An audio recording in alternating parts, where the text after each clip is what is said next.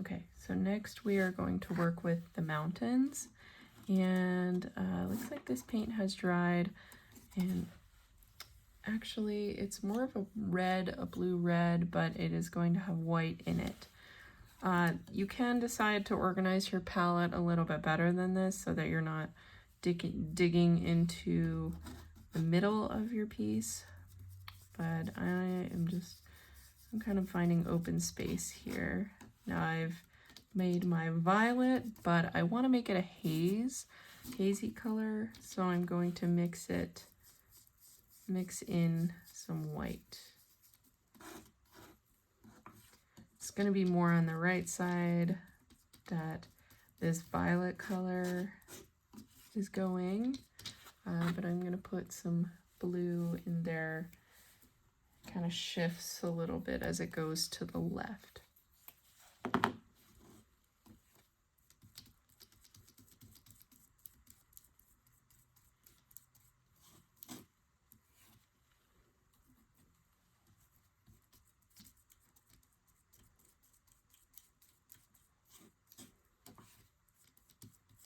Mix enough paint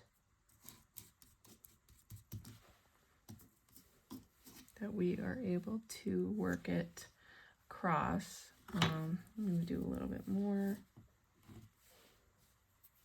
here, put in some more white.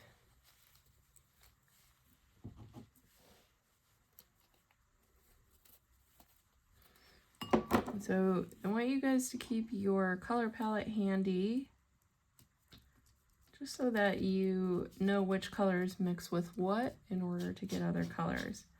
So remember, I'm tinting my blue just by putting white in it.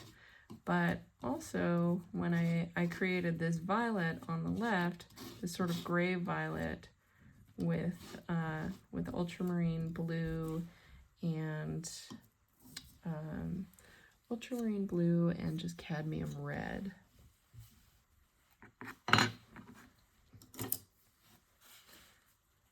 Okay, so let's see. I want to use the appropriate brush here, so I'm actually going to use a little bit of smaller flat, and I want to get these kind of violet mountains in.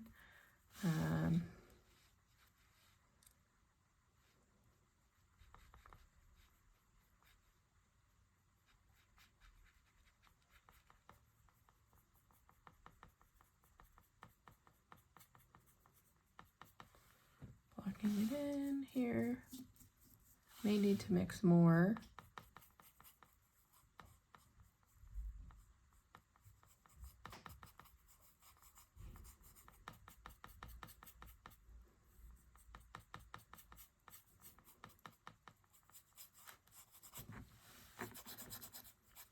Okay, so this is where some of that blue, mix some of this blue in here.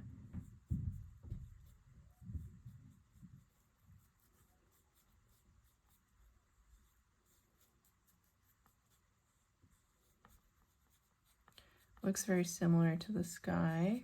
It's okay. Maybe get a little bit of darker blue in there just to discern the sky from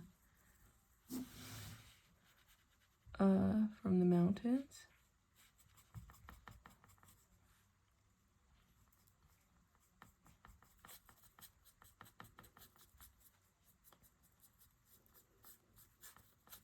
Make sure I get enough mountain in here.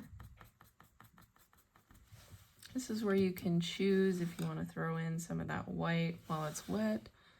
It's already drying, so you want to be careful of that when it dries, because then it doesn't blend as much.